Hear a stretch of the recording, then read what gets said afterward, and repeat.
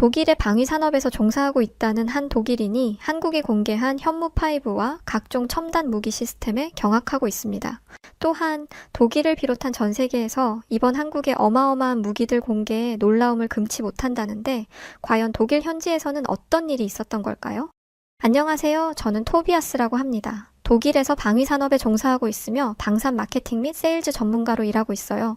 저의 업무는 주로 군사 장비와 무기 시스템을 다양한 국가와 방위 기관에 판매하고 홍보하는 일입니다. 국제방위 전시회에 참여해 우리의 최신 기술을 전 세계에 소개하고 고객이 원하는 맞춤형 군사 솔루션을 제공하는 것이죠.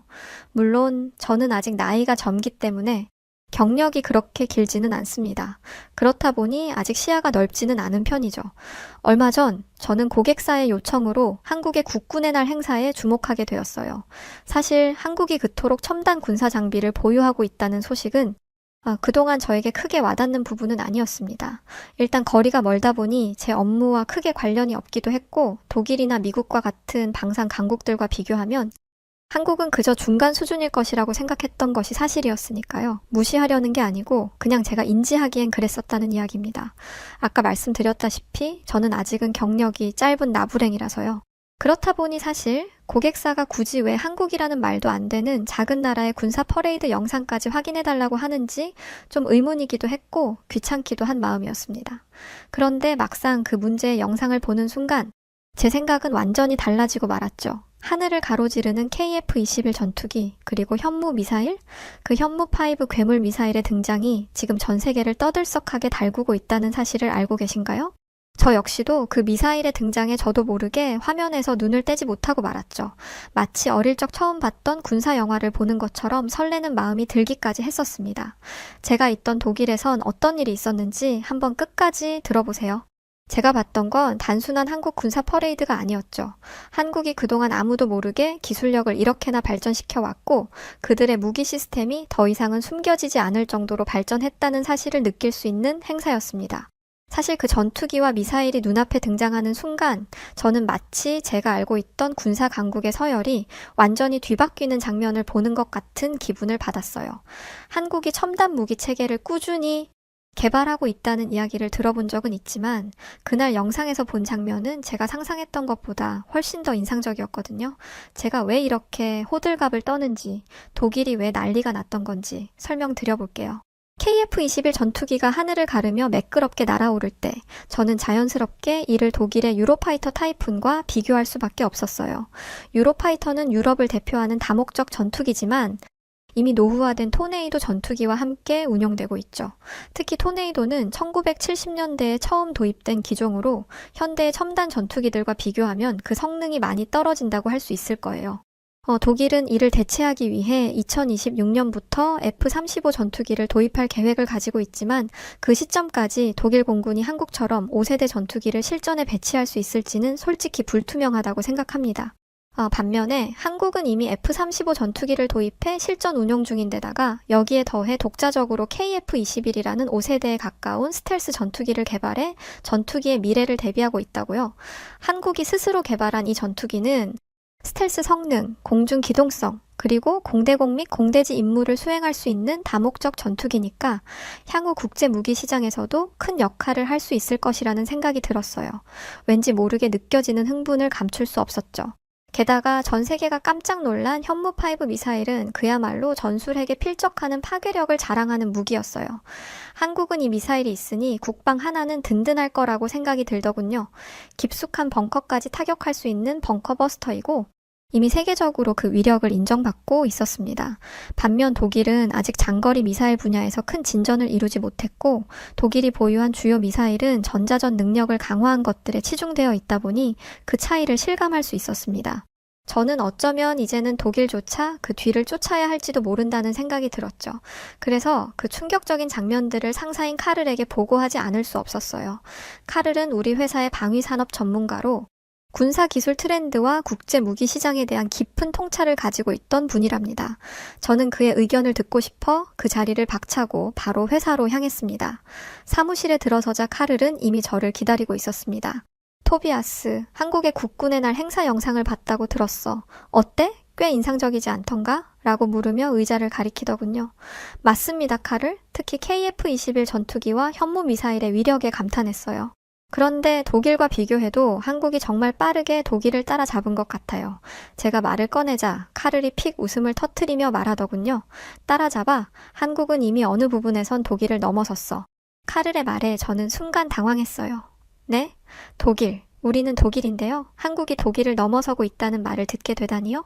제가 당황한 모습을 보자 카를은 다시 말했습니다. 자네도 알잖아. 우리가 가진 토네이도 전투기는 이제 구식이 되었고 유로파이터도 최신 스텔스 기술에서 뒤처지고 있다는 것을. KF-21 같은 전투기가 전장에 최적화된 기동성을 갖추고 있지. 한국의 스텔스 전투기는 미래 전장에서 매우 중요한 역할을 할 거야. 특히 탐지되지 않는 공중 우위는 상대에게 심리적인 압박을 주게 될 거라고. 그 말을 듣고 저는 질문하지 않을 수 없었습니다. 그럼 독일은 어떻게 대처하고 있나요? 그러자 카를은 한숨을 내쉬고는 대답했어요. 독일의 방위산업은 유로파이터 타이푼 같은 유럽 합작 프로젝트와 레오파드2 전차 같은 강력한 무기를 생산한 역사를 가지고 있지. 놀라운 역사인 것은 맞아. 하지만 그뿐이야. 최근 몇 년 동안은 무기 개발과 현대화가 지연되는 경향이 있다고 생각해. 그의 말에 저는 문득 왜 그런지 알겠다는 생각이 들어 고개를 끄덕이며 말했습니다. 역시 돈 때문인 거죠? 그러자 카를이 말했습니다. 그렇지. 러시아의 우크라이나 침공 이후 독일은 방위력을 강화해야 한다는 압박을 받고 있어. 자네도 알잖아. 1,000억 유로의 특별 예산이 할당됐다는 거. 전투기 구매는 물론이고 군사 현대화를 위해 어떻게든 발버둥 치고 있지만 글쎄, 내가 봤을 땐 오히려 우리가 한국을 따라잡으려면 지속적인 예산 증가 없이는 독일의 군사력이 완전히 재건되기 어렵다고 봐. 라고 말이죠. 대화가 여기까지 이르자 저는 한편으로는 해외 방위 산업 관련 업무만 할 것이 아니라 나야말로 우리 자주 국가 보안에 신경을 써야 할 때가 아닐까라는 생각을 하게 되었습니다. 그리고 그날 저녁 저는 동료들과 한 독일 펍에서 이 이야기를 나눌 기회를 가지게 되었는데요. 요즘 군사 쪽으로는 워낙에 한국이 핫했기 때문에 그 자리에서 우리는 한국의 군사력에 대해 예기치 않게 깊은 토론을 벌이게 되었죠. 바로 제 동료 마르셀의 이야기가 시작이었습니다. 한국? 나 처음 들어서 검색해봐야 하는데 아, 이 나라구나. 알지. 근데 뭐라고? 라며 까불기 시작했는데요. 저는 저도 모르게 그만 한국의 국군의 날 행사에서 봤던 영상을 떠올리며 친구에게 발끈하고야 말았답니다. 너 아직 그 영상 안 봤지? 너 그래가지고 계약 따겠냐? 라고 퉁명스럽게 말을 해버렸어요. 그러자 마르셀은 콧방귀를 뀌며 말하더군요. 알아. 뭐 유튜브에 많이 올라오더만. 근데 그래봐야 뭐해? 전쟁 억제력은 결국 미국에 의존할 텐데. 저는 그의 말을 듣고는 말했죠. 보고나 말해. 우리 상사 카를도 오늘 한국이 독일보다도 앞선 면이 있다고 인정했다고. 그러자 마르셀이 고개와 함께 맥주잔을 흔들어 보이며 소리쳤습니다. 오바 좀 하지마. 전투기 하나로 군사 강국이 될 수 있다고 생각해? 무슨 뭐 무기 몇 개만 가지면 다 되는 줄 알아? 마르셀. 너 진짜 모르는 소리 하고 있네. 그때 갑자기 플로리안이 끼어들었어요. 지금 그 말은 한국을 너무 단순하게 보는 거지. 마르셀이 눈살을 찌푸리며 물었죠. 그럼 뭐 한국이 무슨 대단한 비밀이라도 있어? 그러자 플로리안이 어깨를 으쓱이며 말했죠. 널 무시하는 건 아니지만 네가 한국의 군대 문화와 방위 산업에 대해 전혀 모르는 것 같아서 그래. 그냥 무기 몇 개만 보고 얕잡아 보면 안 된다는 거지. 심지어 넌 이 업계에서 일하는 사람이잖아. 한국의 병역 제도부터 얘기해볼까? 한국 남성들은 대부분 병역 의무를 이행해야 하는데 군 생활이 굉장히 혹독하다고 유명해. 최근 넷플릭스에서 유행했던 한국의 피지컬백 이런 거 못 봤어? 강도 높은 훈련을 견디며 수년간의 복무를 하고 나면 신체적으로나 정신적으로 상당히 강인해질 수밖에 없게 되어 있다고. 그리고 심지어 징집제라 모든 한국인 남성이 군복무를 해야만 하지. 게다가 한국의 병사들은 그냥 전장에서 싸우는 병사들이 아니라 체력과 정신력이 밑바탕에 깔려 있어. 왜냐면 한국은 지금 휴전 국가니까 북한과의 대치 상황에서 언제나 실전 상태를 유지하고 있다고. 마르셀이 여전히 납득할 수 없다는 듯 고개를 갸우뚱하자 플로리안은 계속해서 말을 이었어요. 한국은 단순히 미국에만 의존하는 게 아니라 KAI나 한화 같은 대형 방산 기업을 통해 독자적인 무기와 방어 시스템을 개발하고 있기도 해. 예를 들어 K9 자주포? 세계 최고 수준이지. 많은 나라들이 이 자주포를 도입하려고 하는 건 다 아는 사실이야. 한국은 독일과 비슷한 수준의 첨단 군사 기술을 스스로 만들어내고 있다는 거야. 우리만큼이나 강한 방산 수출국이기도 하고. 저는 플로리안의 말에 고개를 끄덕였어요. 한국은 단지 군사 장비에 의존하는 게 아니라 자신만의 방산 기술과 군사 시스템을 꾸준히 발전시키고 있다는 점이 주목할 만한 나라야. 마르셀은 여전히 믿기지 않는다는 듯 웃음을 지으며 말했어요. 아니 그래봤자 무기랑 훈련 좀 더 하는 거지. 뭐 대단하다고까지 할 수 있나? 내가 지금 검색해봤는데 말야. 한국인 병사들은 평균 키가 171cm고 평균 몸무게도 66kg밖에 안 된대. 독일 군인은 평균 키가 182cm이고 평균 몸무게도 82kg이야. 이게 솔직히 싸움이나 되겠어? 이렇게 원초적인 질문이라니 수준 떨어져 라고 생각했지만 저도 왠지 그의 말이 그럴듯하다고 순간 혹해버리고 말았습니다. 그러자 플로리안이 잠시 생각하더니 말하더군요. 그럼 2018년 월드컵 때 어떻게 한국이 독일을 이긴 건데? 오, 그렇군. 그 말에 머리에 띵하고 종이 울렸습니다. 축구는 진짜 말 그대로 몸으로 하는 운동 경기잖아. 그럼 그야말로 무기 하나 없이 체격으로 승부 보기가 더 유리한 게임 아니야? 근데 왜 한국이 이긴 것 같느냐고? 마르셀이 당황스러운 듯 어버버하자 플로리안은 말을 이었습니다. 이게 바로 토끼가 거북이한테 당할 수밖에 없는 이유야. 뭐, 이 시점엔 꼭 우리가 토끼라고 할 수도 없지만 말이지. 그럼 이렇게 생각해보자. 만약 한국 병사랑 독일 병사가 1대1로 싸우면 어떻게 될 것 같아? 그 말에 마르셀은 의아한 표정을 지으며 웃었죠. 진짜 그걸 왜 묻는 거야? 당연히 독일이 이기겠지. 하지만 플로리안은 그럴 줄 알았다는 듯 쯧소리를 내며 고개를 저었어요. 거봐. 넌 그렇게 또 단편적으로만 생각하지. 난 꼭 그렇다고 생각하지 않아. 한국 병사가 유리할 수도 있어. 마르셀은 그 말에 콧방귀를 뀌며 반문했죠. 그게 말이 돼? 독일 군인이 체력이나 여기서 마르셀은 아차 싶었는지 다시 입을 다물었죠. 플로리안은 말을 이었습니다. 독일 군인들이 체격은 더 좋을 수도 있겠지. 체력 말고 체격 말이야. 실전과 유사한 상황에서 늘 준비하고 있는 한국 병사들을 그리 쉽게 체력으로 이길 수 있을까? 북한과 대치하는 상황에서 긴장 상태를 유지하면서 늘 훈련하는데 너라면 대회 앞두고 준비하는 사람이랑 취미로 준비하는 사람이랑 똑같을 것 같아? 물론 독일 군인들이 더 첨단 장비를 사용할 수 있지. G36 소총이나 첨단 방탄복, 전자전 장비 등 독일은 이런 면에서 세계적으로 인정받고 있으니까. 하지만 전투는 장비만이 전부가 아니야. 실제 전투에 대한 심리적 부담도 한국 병사가 훨씬 적을 거라고. 마르셀은 결국 고개를 끄덕이며 마지못해 수긍했어요. 뭐, 내 말이 맞을 수도 있겠지. 그동안 너무 단순하게 생각했던 건지도 몰라. 한국 군사력이 무기만이 아니라 그 뒤에 있는 사람들의 훈련과 정신력에서 비롯된 것이라면 분명히 강할 수밖에 없겠군. 잘 알겠다고, 미스터 토끼씨. 그러면서 그는 마지못해 웃음을 지었고 대화는 그제서야 잠잠해졌습니다. 마지막으로 플로리안은 그러더군요. 정말 한국의 방위산업에 대해 궁금하다면 한국의 삼축체계에 대해서 한번 알아봐봐 라고 말이죠. 저는 펍에서 나와 집으로 돌아오는 길에 오늘의 대화를 곱씹어 보았습니다. 플로리안이 이야기했던 것처럼 한국의 강점은 단순한 무기체계나 군사기술에만 있는 것이 아니었던 것 같았죠. 그리고 그날 밤 저는 계속해서 머릿속에 맴도는 삼축체계에 대해 더 알아보기로 했어요. 플로리안과 마르셀과의 대화를 떠올리며 이 체계가 대체 얼마나 강력한지 직접 확인해보고 싶었죠.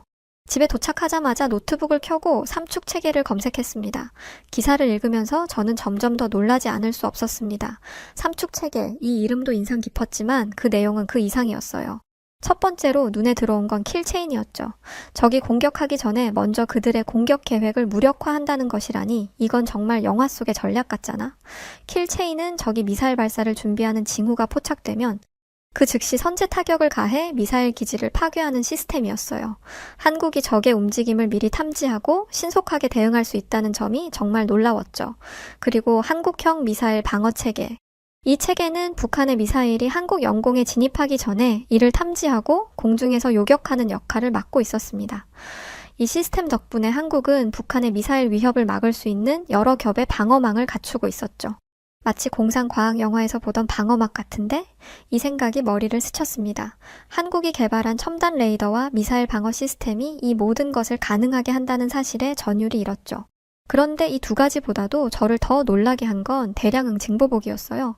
적이 실제로 한국을 공격할 경우 그 즉시 북한의 지도부와 핵심 군사기지에 강력한 보복을 가하는 계획이었습니다. 한국은 단순히 방어에 그치지 않고 공격을 당할 경우 상대에게 막대한 대가를 치르게 할 준비가 되어 있었던 거죠.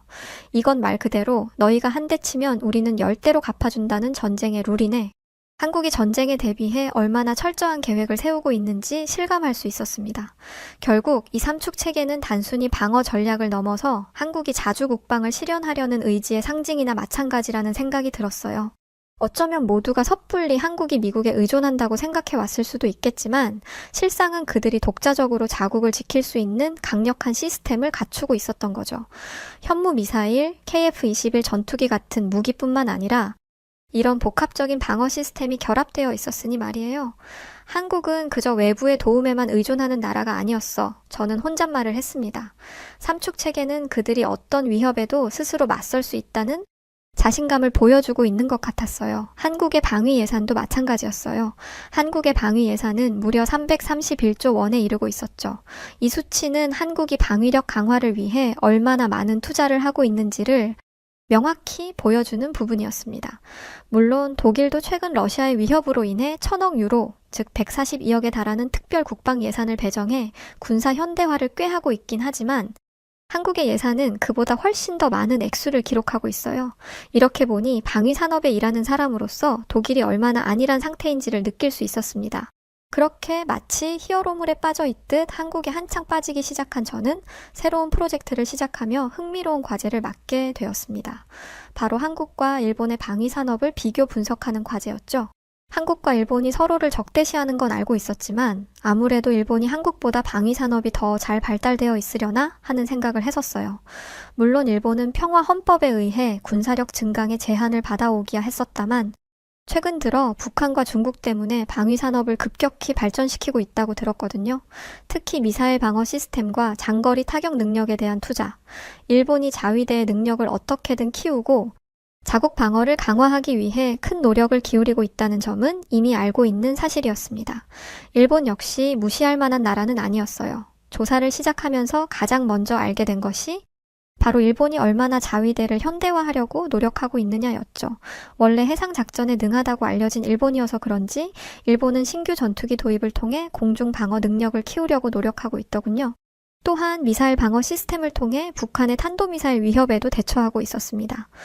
또한 일본의 장거리 타격 시스템은 자위대가 단순한 방어를 넘어선 능력을 가지게 해주고 있는 것처럼 보였어요. 이 또한 꽤나 멋지긴 하더군요. 이런 면에서 일본은 고도의 기술력과 강력한 방어 체계를 갖추고 있는 듯 보였습니다. 하지만 더 깊이 들어가면서 점차 일본의 방위 산업이 국내 방어에 치중되어 있고 무기 수출이나 국제적인 방산 시장 진출에 있어서는 제한적인 성과를 보이고 있다는 것을 깨닫게 되었죠.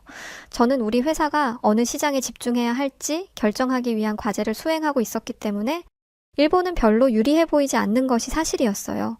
일본은 자위대 자체의 방어 능력 강화에는 많은 노력을 기울이고 있긴 했지만 국제적인 방산 수출 시장에서의 영향력은 상대적으로 미미했습니다.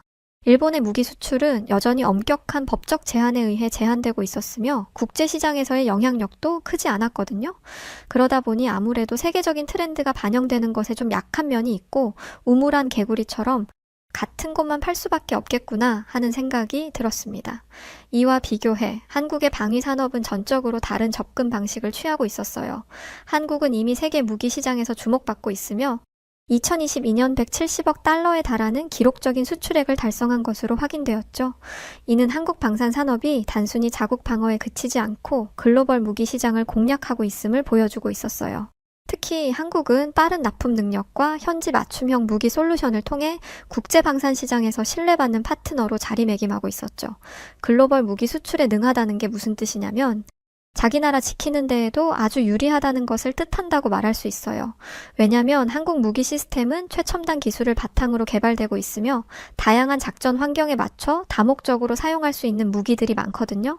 예를 들어 한국이 개발한 전투기는 공중전과 지상 공격 모두에 적합한 성능을 갖추고 있어 다양한 전장 환경에서 활용될 수 있죠. 이러한 다목적성 기술을 과연 해외에만 팔아버리겠습니까? 당연히 자국의 기술에도 활용하겠죠. 또한 한국 무기는 미국과의 협력을 통해 나토 표준을 충족시키고 있었어요. 예를 들어 한국산 무기들은 미국산 무기와의 호환성이 높아 나토 국가들이 도입하기에 적합하다고 할 수 있었죠. 이로 인해 한국 무기는 유럽을 비롯한 전 세계 시장에서 사용이 용이하고 기존 무기 시스템과 통합될 수 있어 다방면에 활용될 가능성을 품고 있었습니다. 대단한 순환인 거죠. 똑똑한 기술력으로 자국 무기를 만들고 이걸 잘 팔아서 또 우리 무기를 만드는 사업에 투자하고 한국 진짜 대단한데 하는 생각이 들더라고요. 더 자세히 파고들어 보니 한국의 방위 산업은 실제로 일본보다 생산 효율성에서도 뛰어나다는 것을 알게 되었습니다. 한국은 첨단 무기들을 빠른 속도로 생산하고 해외로 수출하는 것으로 이미 유명한 상태였습니다. 빨리빨리 이 말이 괜히 있는 게 아니라더라고요. 한국은 신속한 납품을 통해 고객국의 신뢰를 얻고 일본의 비교적 느린 개발 속도와 대조되는 평가를 받고 있었어요. 예를 들어 K9 자주포는 계약 체결 후 불과 몇 개월 만에 납품이 시작되었고 현지 조립 라인 구축을 통해 기술 이전까지 함께 이루어졌다고 합니다. 반면 일본은 여전히 자국 내 방어체계 강화에 치중하고 있어 글로벌 시장에서 즉각적인 반응과 대응을 보여주기 어려운 상태였죠. 이건 실제로 제가 뉴스 기사를 통해 확인한 시장 현황이었습니다. 또한 한국이 글로벌 시장에서 무기 수출 강국으로 자리매김한 반면 일본은 여전히 무기 수출에 제한적인 입장을 취하고 있었습니다. 한국은 유럽과 중동 등 다양한 지역에서 성공적인 무기 수출 계약을 체결하며 세계 4위 무기 수출국을 목표로 삼고 있었죠. 심지어 한국은 가격 경쟁력을 갖춘 무기들을 만들어내고 있고 이는 그냥 단순히 싸구려 무기를 만드는 것이 아니라 첨단 기술을 기반으로 한 효율적인 생산 덕분에 가능한 일이라는 것을 확인할 수 있었습니다. 예를 들어 AT-1K 레이볼트 미사일은 미국의 제이벨린 미사일과 유사한 성능을 제공하면서도 가격은 약 3분의 1 수준으로 저렴한 것으로 확인되었어요. 이러한 효율성은 일본과의 큰 차이를 만들고 있는 것 같았죠. 일본은 여전히 수출 규제와 법적 제한으로 인해 국제 방산 시장에서의 영향력이 크지 않으며 자국 방어에만 집중력을 쏟느라 바쁜 것으로 보였습니다. 일본은 국제 무기 수출 시장에서 아직도 제약을 받고 있었고 반대로 한국은 더 자유롭게 시장을 공략하고 있었죠. 근데 솔직히 말하면 그럼에도 불구하고 자국 방어력 자체도 한국이 더 강해 보이는 것은 어쩔 수 없었습니다. 이처럼 한바탕 조사를 마치고 저는 보고서를 작성해 카르를 찾아갔어요. 사무실에 들어서자 상사인 카를이 이미 저를 기다리고 있었습니다.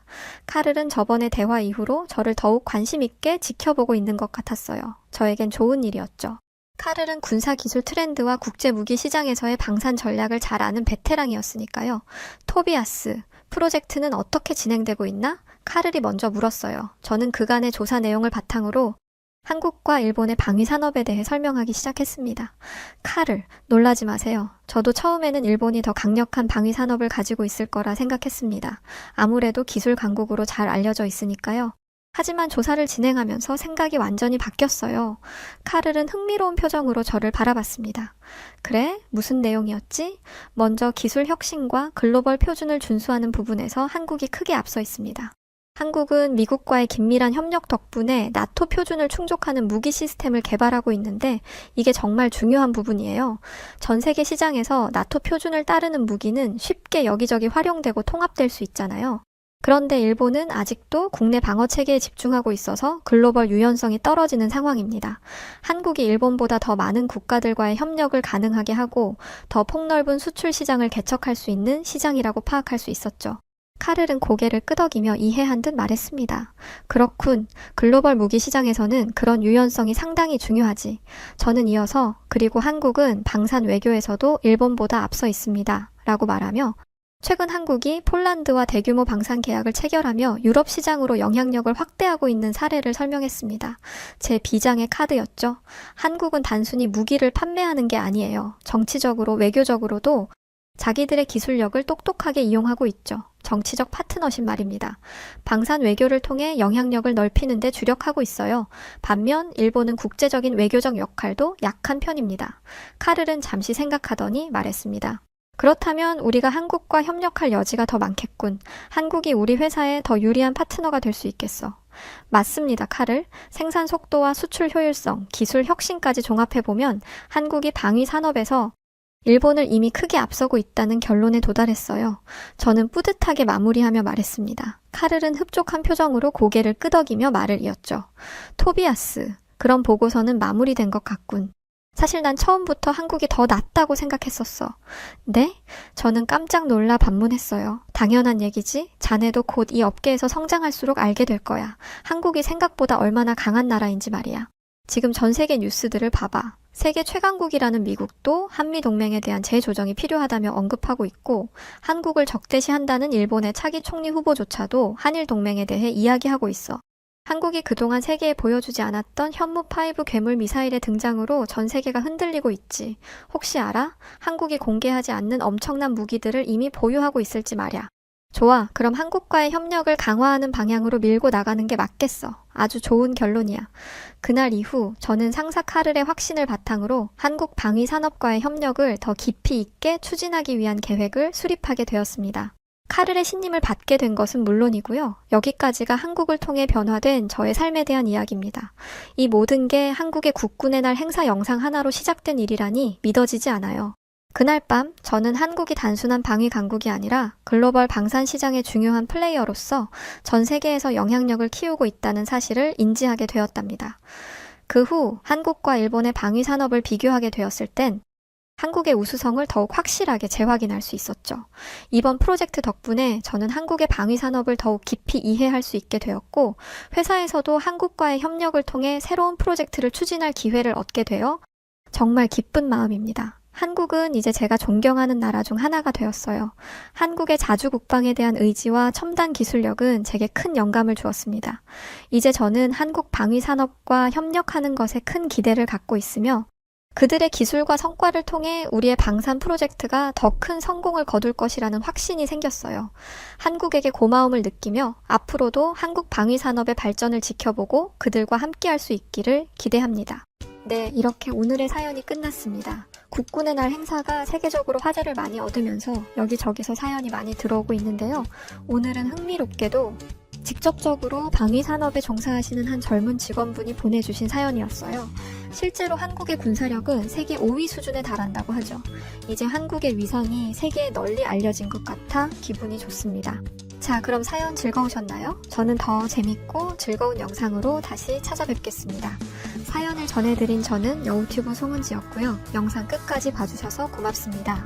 그리고 우리 구독자분들 모두 감사드리고 늘 사랑합니다. 당신만의 여